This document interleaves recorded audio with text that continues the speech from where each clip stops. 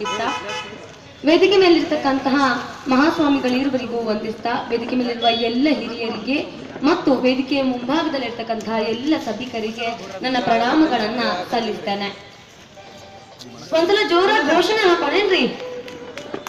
ಜೋರ ಘೋಷಣೆ ಹಾಕೇ ಬರ್ಬೇಕು. ನಮ್ಮಂಗ್ ಬರೀ ಅನ್ನ ತಿನ್ನಲ್ಲ, ನೀವು ರೊಟ್ಟಿ ತಿಂತೀರಾ, ಸಿಕ್ಕಾಪಟ್ಟೆ ಗಟ್ಟಿ ಇರ್ತೀರಿ. ಜೋರ ಘೋಷಣೆ ಹಾಕೋಣೇನು?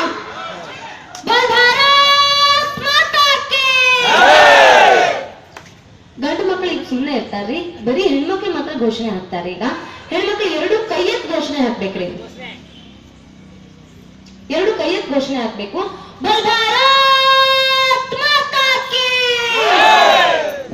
ಧನ್ಯವಾದಗಳು.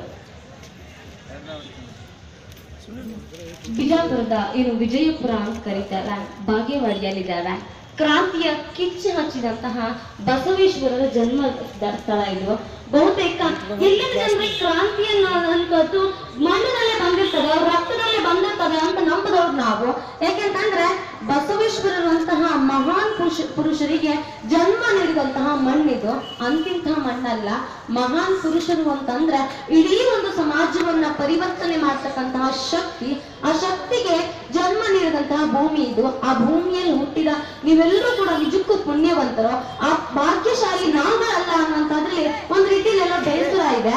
ಯಾಕೆಂತಂದ್ರೆ ಈ ಮಣ್ಣನ್ನ ಹುಟ್ಟೋದಕ್ಕೆ ಪುಣ್ಯ ಬೇಕು, ಎಷ್ಟೋ ಜನ್ಮಗಳಲ್ಲಿ ಭಾಗ್ಯ ಮಾಡಿರ್ಬೇಕು ಅಂತ ನಾವು ನಂಬುತ್ತೇವೆ.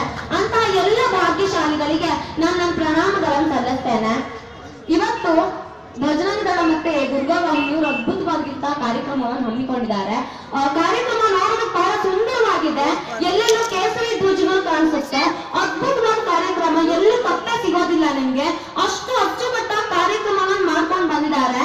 ಆದ್ರೆ ನಾವು ಯೋಚನೆ ಮಾಡ್ಬೇಕಾಗಿರೋದು, ಈ ಅದ್ಭುತವಾದ ಕಾರ್ಯಕ್ರಮದ ಹಿಂದೆ ಅದೆಷ್ಟು ಕಾರ್ಯಕರ್ತರ ಶ್ರಮ ಇದೆಯಲ್ಲ. ಕೇವಲ ಈ ಒಂದು ಕೇಸರಿ ಶಾಲಿಗಾಗಿ, ಈ ಒಂದು ಕೇಸರಿ ಬಣ್ಣಕ್ಕಾಗಿ ಅದೆಷ್ಟು ಕಾರ್ಯಕರ್ತರು ಹಗಲು ರಾತ್ರಿ ದುಡಿತಾ ಇದಾರಲ್ಲ. ಬಹಳ ಹೆಮ್ಮೆ ಅನ್ಸುತ್ತೆ ಬಾಗೇವಾಡಿಯ ಜನರ ಬಗ್ಗೆ. ಯಾಕೆಂತಂದ್ರೆ ಇಲ್ಲಿ ಬರೀ ಹುಡುಗರ ಕಾರ್ಯಕರ್ತರು ದುಡಿತಾ ಇಲ್ಲ, ಹೆಣ್ಣು ಮಕ್ಕಳು ಆ ಕಾರ್ಯಕರ್ತರಿಗೆ ಹೆಗಲಿಗೆ ಹೆಗಲು ಕೊಟ್ಟು ದುಡಿತಾ ಇದ್ದಾರೆ. ನಿಜವಾಗ್ಲೂ ಇಂಥ ತಾಯಂದ್ರನ್ನ, ಇಂಥ ಸಹೋದರಿಯರನ್ನ ಪಡೆದ ಈ ಮಣ್ಣು ನಿಜಕ್ಕೂ ಪುಣ್ಯವಂತ ಭೂಮಿ. ಯಾಕೆಂತಂದ್ರೆ ಎಲ್ಲ ಕಡೆ ನಿಮ್ಗೆ ಇಂಥ ಹೆಣ್ಮಕ್ಳು ಸಿಗೋದಿಲ್ಲ. ಬಹಳಷ್ಟು ಕಾರ್ಯಕ್ರಮಗಳಿಗೆ ಹೋಗಿದ್ದಾರೆ, ಆದ್ರೆ ಎಲ್ಲೂ ಕೂಡ ಈ ತರ ಹೆಣ್ಮಕ್ಳು ಹೆಗಲಿಗೆ ಹೆಗಲು ಕೊಟ್ಟು ಕಾರ್ಯಕ್ರಮದ ನೇತೃತ್ವವನ್ನು ವಹಿಸ್ಕೊಂಡಿದ್ದು ನಾವೆಲ್ಲೂ ನೋಡ್ಲೇ ಇಲ್ಲ. ಬಹಳ ಹೆಮ್ಮೆ ಅನ್ಸುತ್ತೆ. ಕಾರ್ಯಕ್ರಮದ ಮುಂಭಾಗದಲ್ಲಿ ಬಂದು ಹೆಣ್ಮಕ್ಳು ಕೂತ್ಕೊಳ್ತಾರೆ ಅಂತಂದ್ರೆ ಹಿಂದೂ ಸಮಾಜ ಪರಿವರ್ತನೆ ಆಗ್ತಾ ಇದೆ, ಹಿಂದೂ ಸಮಾಜ ವಿಜಯದ ಪಥದಲ್ಲಿ ಸಾಕ್ತಾ ಇದೆ. ಇದಕ್ಕಿಂತ ದೊಡ್ಡ ಸಾಕ್ಷಿ ಬೇಕಾಗಿಲ್ಲ ಬಂಧುಗಳೇ. ನಾನು ವಿಚಾರವನ್ನ ಬಹಳ ಬೇಸರದಿಂದ ಹೇಳ್ಕೊಳ್ಬೇಕು. ಏನು ಕಾರ್ಯಕ್ರಮಕ್ಕೆ ಬರ್ತಾ ಕಾರ್ಯಕರ್ತರು ಹೇಳ್ತಾ ಇದ್ರು, ಈ ಅದ್ಭುತವಾದ ಕಾರ್ಯಕ್ರಮಕ್ಕೋಸ್ಕರ ಏನ್ ನಗರವನ್ನು ಶೃಂಗಾರ ಮಾಡಿದ್ರು. ಕಾರ್ಯಕ್ರಮದ ಏನು ಈ ನಗರಕ್ಕೆ ನಾನು ಬರ್ತಾ ಇರ್ಬೇಕಾದ್ರೆ ನನಗೊಂದ್ಸಲ ರೋಮಾಂಚನ ಆಯ್ತು. ಯಾಕೆಂತಂದ್ರೆ ಆ ಬಸವೇಶ್ವರನ ಸರ್ಕಲ್ ಏನಿದೆ, ಆ ಸರ್ಕಲ್ ಸುತ್ತ ಕೇಸರಿ ಧ್ವಜಗಳನ್ನ, ಕೇಸರಿ ಬಂಡಿಗಳನ್ನ ಕಟ್ಟಲಾಗಿತ್ತು. ನೋಡಿ ನಿಜಕ್ಕೂ ಕಣ್ಣು ಹೃದಯ ತುಂಬಿದಂತ ನನಗೆ ಹೆಮ್ಮೆ ಅನ್ನಿಸ್ತು. ಆದ್ರೆ ಅಲ್ಲಿ ಕಾರ್ಯಕರ್ತರೊಬ್ರು ಹೇಳಿದ ವಿಚಾರ ಕೇಳಿ ನಿಜಕ್ಕೂ ಬೇಜಾರಾಯ್ತು. ಈ ರಾಜ್ಯದ ದೊರೆಯೊಬ್ರು ಬರ್ತಾರೆ ಅನ್ನುವಂತಹ ಕಾರಣಕ್ಕೆ ತಿಂಗಳ ಹಿಂದೆ ನಡೆದಂತಹ ಕಾರ್ಯಕ್ರಮಕ್ಕೆ ನಮ್ಮ ಕಾರ್ಯಕರ್ತರು ಬೆವರು ಸುರಿಸಿ ಕಟ್ಟಿದಂತಹ ಬಂಟಿಂಗ್ಸ್ ಗಳನ್ನ ನಾವು ತೆಗಿಬೇಕಾಯ್ತು. ಬೇಸರ ಆಗುತ್ತೆ. ಈ ರಾಜ್ಯದ ದೊರೆಗಳಿಗೆ ಒಂದು ವಿಚಾರವನ್ನು ತಲುಪಿಸ್ಬೇಕಾಗಿದೆ ನಾವು. ಹಿಂದೂ ಸಮಾಜ ಕೈ ಕಟ್ಕೊಂಡು ಕೂತ್ಕೊಂಡಿಲ್ಲ. ಹಿಂದೂ ಸಮಾಜದ ಸಹನೆ ಅನ್ನೋದು ನಮ್ಮ ದೌರ್ಬಲ್ಯ ಅಲ್ಲ ಸ್ವಾಮಿ. ನಿಮ್ಮನ್ನು ಜೊತೆಗೆ ಏರಿಸಿ ಕೂರಿಸಿದೇವೆ ನಾವು. ಆದ್ರೆ ದಬ್ಬಾಳಿಕೆ ಮಾಡೋದಕ್ಕಲ್ಲ, ಆಳ್ವಿಕೆ ಮಾಡೋದಕ್ಕಷ್ಟೇ. ಆಳ್ವಿಕೆ ಮತ್ತೆ ದಬ್ಬಾಳಿಕೆ ನಡುವಿರುವಂತಹ ವ್ಯತ್ಯಾಸವನ್ನ ಮಾನ್ಯ ಮುಖ್ಯಮಂತ್ರಿ ಸಿದ್ದರಾಮಯ್ಯನವರು ಅರ್ಥ ಮಾಡ್ಕೊಳ್ಬೇಕು. ಒಂದೊಮ್ಮೆ ಅರ್ಥ ಮಾಡ್ಕೊಳ್ಳದೆ ಹೋದ್ರೆ ಹಿಂದೂ ಸಮಾಜ ಉತ್ತರ ಕೊಡ್ತಾರಲ್ಲ, ಆ ಉತ್ತರವನ್ನ ಪಡ್ಕೊಳ್ಳೋದಕ್ಕೆ ನಿಮಗೆ ತಾಕತ್ತು ಇರೋದಿಲ್ಲ. ಯಾಕೆ ಗೊತ್ತೇನು? ಇವತ್ತು ಬರೀ ಕಾರ್ಯಕರ್ತರಿಲ್ಲ, ಕಾರ್ಯಕರ್ತೆಯರು ನಮ್ಮ ಜೊತೆ ಇದ್ದಾರೆ. ಯಾವ ದೇಶದ ಮಣ್ಣಿನಲ್ಲಿ ಯಾವ ಹೆಣ್ಣು ಮಕ್ಕಳು ಸಿಡಿದು ನಿಂತಾರೋ, ಯಾವ ದೇಶದ ಮಣ್ಣಿನಲ್ಲಿ ಯಾವ ತಾಯಂದಿರು ಆ ದೇಶದ ಸಂಸ್ಕೃತಿ ಪರಂಪರೆಗೋಸ್ಕರ ದುಡಿತಾರೋ, ಆ ಎಲ್ಲ ದೇಶಗಳು ಕೂಡ ಒಂದು ಅಮೂಲ್ಯವಾದಂತಹ ಸ್ಥಾನವನ್ನು ಪಡ್ಕೊಳ್ತವೆ. ಇವತ್ತು ಭಾರತ ಆ ಸ್ಥಾನದಲ್ಲಿದೆ ಅಂತ ಹೆಮ್ಮೆಯಿಂದ ಹೇಳ್ಕೊಳ್ತೇವೆ. ಕಾರ್ಯಕ್ರಮ ವಿಜಯಪುರದಲ್ಲಿ ನಡೆಯುತ್ತೆ ಅಂತ ಗೊತ್ತಾದಾಗ ಒಂದಷ್ಟು ವಿಜಯಪುರದ ಬಗ್ಗೆ ತಿಳ್ಕೊಳ್ಳೋಣ ಅನ್ನುವಂತಹ ಕುತೂಹಲ ಹುಟ್ಟಿತು. ವಿಜಯಪುರದ ಇತಿಹಾಸದ ಪುಟಗಳನ್ನು ತೆರೆದು ನೋಡಿದ್ರೆ ನಿಜಕ್ಕೂ ಒಂದ್ಸಲ ಆತಂಕ ಆಯ್ತು ನನ್ಗೆ. ಯಾಕೆಂತಂದ್ರೆ ಆದಿಲ್ ಶಾಹಿ ಬಾದ್ಶಾಹರಂತಹ ಮುಸಲ್ಮಾನ ರಾಜರು ಆಳಿದಂತಹ ನಾಡಿದು. ನಮ್ದು. ಪ್ರತಿ ಹೆಜ್ಜೆಯಲ್ಲೂ ಕೂಡ ಗುಮ್ಮಟಗಳನ್ನು ನಾವು ಕಾಣ್ತೇವೆ. ಬಹಳ ಆತಂಕ ಕೂಡ ಆಯ್ತು ನನಗೆ. ಆದ್ರೆ ಇದೇ ಮಣ್ಣಿನಲ್ಲಿ ಹಿಂದೂ ಹೃದಯ ಸಾಮ್ರಾಟ ಶಿವಾಜಿ ಮಹಾರಾಜ ಬಂದು ತನ್ನ ತಂದೆಯನ್ನು ಅವತ್ತು ಆ ಬಾದಶಾಹಿಗೆ ಚಳ್ಳೆಯನ್ನು ತಿನ್ನಿಸೋದಕ್ಕೆ ಜೀಜಾಬಾಯಿ ಹತ್ತಂತಹ ಶಿವಾಜಿ ಮಹಾರಾಜರು ಬರಬೇಕಾಯ್ತು. ಯೋಚನೆ ಮಾಡ್ಲಿ, ಕೆಲವು ಮತಾಂಧ ಶಕ್ತಿಗಳು ಅಡಗಿ ಕೂತ್ಕೊಂಡು ಇಲ್ಲೆಲ್ಲಾದ್ರೂ ಕೂತ್ಕೊಂಡು ಕೇಳ್ತಾ ಇರಬಹುದು. ಆ ಮತಾಂಧ ಶಕ್ತಿಗಳಿಗೆ ಎಚ್ಚರಿಕೆಯ ಮಾತನ್ನು ಹೇಳ್ತಾರೆ. ಅವತ್ತು ಒಬ್ಬ ಜೀಜಾಬಾಯಿಗ ಎತ್ತಂತಹ ಒಬ್ಬ ಮಗ ಶಿವಾಜಿಯನ್ನ ನಿಮ್ಮ ಆದಿಲ್ ಶಾಹಿಗೆ ಎದುರಿಸೋದಕ್ಕೆ ಸಾಧ್ಯವಾಗಲಿಲ್ಲ. ಒಮ್ಮೆ ಕಾರ್ಯಕ್ರಮಕ್ಕೆ ಬಂದ್ ನೋಡಿ, ಇಲ್ಲಿರೋ ನನ್ನ ಸಹೋದರಿಯರನ್ನ ನೋಡಿ, ಇಲ್ಲಿರೋ ನನ್ನ ಮಾತೆಯರನ್ನ ನೋಡಿ, ಭವಿಷ್ಯದಲ್ಲಿ ಇಂತಹ ಸಾವಿರಾರು ಶಿವಾಜಿಗಳು ನಿಮ್ಮನ್ನ ಹೆಡೆಮುರಿ ಕಟ್ಟೋದಕ್ಕೆ ತಯಾರಾಗಿ ನಿಂತಿದ್ದಾರೆ. ಈ ಕಾರ್ಯಕ್ರಮ ಅನ್ನುವಂಥದ್ದು ಕೇವಲ ಹಿಂದೂಗಳ ಕಾರ್ಯಕ್ರಮ ಅಲ್ಲ, ಇದು ಇಡೀ ಭಾರತದ ಸಂಸ್ಕೃತಿಯನ್ನ, ಭಾರತದ ರಣವೀರ್ಯತೆಯನ್ನ ಎತ್ತಿ ತೋರಿಸ್ತಕ್ಕಂತಹ ಒಂದು ಕಾರ್ಯಕ್ರಮ ಅಂತ ಹೆಮ್ಮೆಯಿಂದ ಹೇಳ್ಕೊಳ್ತೇವೆ ನಾವು. ಅದಕ್ಕೂ ಮುಂಚೆ ಈ ಮತಾಂಧ ಶಕ್ತಿಗಳಿಗೆ ಒಂದು ಎಚ್ಚರಿಕೆಯನ್ನು ಕೂಡ ಕೊಡಬೇಕಿದೆ. ಇದೇ ಬಸವನ ಬಾಗೇವಾಡಿಯ ಸರ್ಕಲ್ ನಲ್ಲಿ ಆಸುಪಾಸ್ನಲ್ಲಿ ಇರ್ತಕ್ಕಂತಹ PUC ಕಾಲೇಜಿನ ಹೆಣ್ಣುಮಕ್ಕಳಿಗೆ ಚುಡಾಯಿಸ್ತಾ ಇರುವಂತಹ ಮತಾಂಧ ಜಿಹಾದಿ ಅಪಾಪೋಲಿಗಳು ಇನ್ನೊಂದ್ಸಲ ಕಿಡಿಗಟ್ಟು ಕೇಳಿ, ನೀವೇ ಮತಾಂಧ ಜಿಹಾದಿ ಅಪಾಪೋಲಿಗಳು ಇನ್ನೊಮ್ಮೆ ನಮ್ಮ ಹೆಣ್ಣುಮಕ್ಕಳಿಗೆ ಚುಡಾಯಿಸಿದ್ದು ಗೊತ್ತಾದ್ರೆ ನಮ್ಗೆ ಯಾವ ಕಾರ್ಯಕರ್ತರು ಬರೋದಿಲ್ಲ ನಿಮ್ಮನ್ನು ಬಗ್ಬಡಿಯೋದಕ್ಕೆ. ನಮ್ಮ ಕಾರ್ಯಕರ್ತ ಯಾರಿದ್ದಾರೆ, ನಮ್ಮ ಮಾತೆ ಯಾರಿದ್ದಾರೆ, ಆ ಮಾತೆಯವರು ಸಾಕು ನಿಮ್ಮನ್ನು ಬಗ್ಗು ಬರೆಯೋದಕ್ಕೆ. ಮುಂದೊಮ್ಮೆ ಎಲ್ಲೂ ಕೂಡ ಈ ಬಾಗೇವಾಡಿಯ ಮಣ್ಣನ್ನು ನೀವು ಮೆತ್ತಲು ಹಾಗೆ ಮಾಡ್ಬೇಕಾಗತ್ತೆ.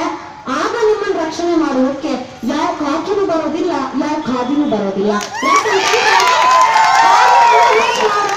ನಮ್ಮ ಹೆಣ್ಣುಮಕ್ಕಳು ಆ ರಣಘೋಷಕ್ಕೆ ನಮ್ಮ ಹೆಣ್ಣುಮಕ್ಕಳು ಸಿದ್ಧರಾಗಿದ್ದಾರೆ.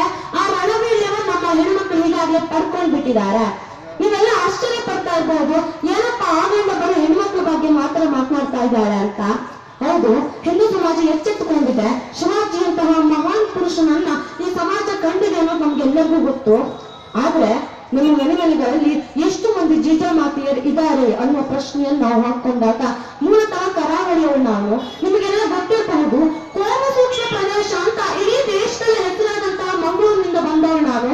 ಮಂಗಳೂರು, ಉಡುಪಿ, ಕಾಸರಗೋಡು, ಅವಿಭಜಿತ ದಕ್ಷಿಣ ಕನ್ನಡ ಅನ್ನುವಂಥದ್ದು ಇವತ್ತು ಅಕ್ಷರಶಃ ಮತಾಂಧ ಜಿಹಾದಿ ಶಕ್ತಿಗಳ ಕೈನಲ್ಲಿ ಬಂಧಿಯಾಗಿದೆ. ಅದ್ರ ನಡುವೆ ಎಲ್ಲೋ ಒಂದಷ್ಟು ಹಿಂದೂ ವೀರ ಕಲಿಗಳು ಈ ಸಮಾಜವನ್ನ, ಮಣ್ಣನ್ನ ಉಳಿಸ್ಕೊಳ್ಳೋದಕ್ಕೋಸ್ಕರ ಹೋರಾಡ್ತಾ ಇದ್ದಾರೆ.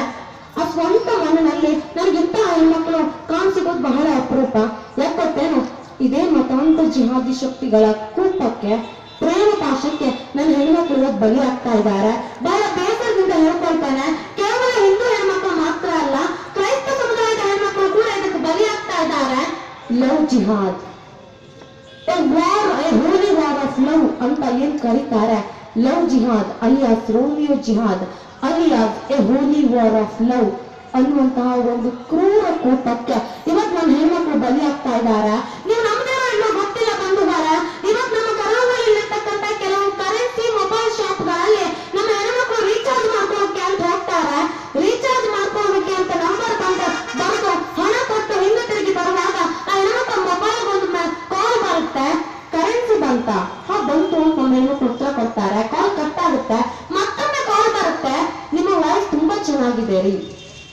ಆ ಹೆಣ್ಮಗಳು ಥ್ಯಾಂಕ್ ಯು ಅನ್ನೋ ಉತ್ತರ ಕೊಟ್ಲು ಅಂತಂದ್ರೆ ಅಲ್ಲಿಂದ ಪ್ರಾರಂಭವಾಗುವಂತಹ ಪ್ರೇಮದ ಪಾಶ ಆ ಹೆಣ್ಮಗಳ ಬದುಕನ್ನ ಕೇರಳದ ಪೊನ್ನಾಣಿಯಲ್ಲಿ ಮತಾಂತರ ಮಾಡೋದ್ರ ಮುಖಾಂತರ ಐಸಿಸ್ ಅನ್ನುವಂತಹ ಭಯೋತ್ಪಾದಕ ಜಾಲಕ್ಕೆ ತಳ್ಳುವಲ್ಲಿಗೆ ಕೊನೆಯಾಗಿ ಹೋಗುತ್ತೆ. ನೀವು ನೋಡಿದಿರೋ ಏನೋ ಗೊತ್ತಿಲ್ಲ, ಒಂದ್ಸಲ ಯೂಟ್ಯೂಬ್ ನ ಸರ್ಚ್ ಕೊಟ್ಟು ನೋಡಿ, ಅಲ್ಲಿ ಐಸಿಸ್ ಉಗ್ರವಾದ ಚಟುವಟಿಕೆಗಳು ನಡೆಸ್ತಾ ಇರ್ತಕ್ಕಂತಹ ಕೆಲವು ವಿಡಿಯೋ ಕ್ಲಿಪ್ಪಿಂಗ್ಗಳು ನಿಮಗೆ ಸಿಗ್ತವೆ. ಆ ವಿಡಿಯೋ ಕ್ಲಿಪ್ಪಿಂಗ್ ನಲ್ಲಿ ನನ್ನ ಹಲವಾರು ಹೆಣ್ಣುಮಕ್ಕಳು, ನನ್ನೂರಿನ ಹೆಣ್ಣುಮಕ್ಕಳನ್ನು ನಾನು ಕಂಡಿದ್ದೇನೆ.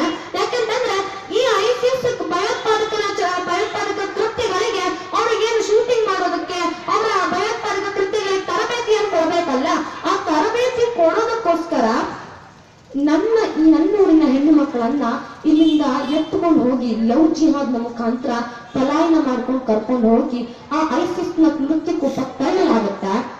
ಐಸಿಸ್ ನ ಮೃತ್ಯುಕೋಪದಿಂದ ತಪ್ಪಿಸ್ಕೊಂಡು ಬಂದಂತಹ ಒಬ್ಬ ಹೆಣ್ಣುಮಗಳು ಇವತ್ತು ಯುನೆಸ್ಕೋದ ಮಾನವ ಕಳ್ಳ ಸಾಗಾಣಿಕೆಯ ಜವಾಬ್ದಾರಿಯಲ್ಲಿ ಒಂದು ಸಂಸ್ಥೆಯಲ್ಲಿ ರಾಯಭಾರಿಯಾಗಿ ಕೆಲಸ ಮಾಡ್ತಾ ಇದ್ದಾರೆ. ಹೆಣ್ಮಗಳು ಬರೀತಾ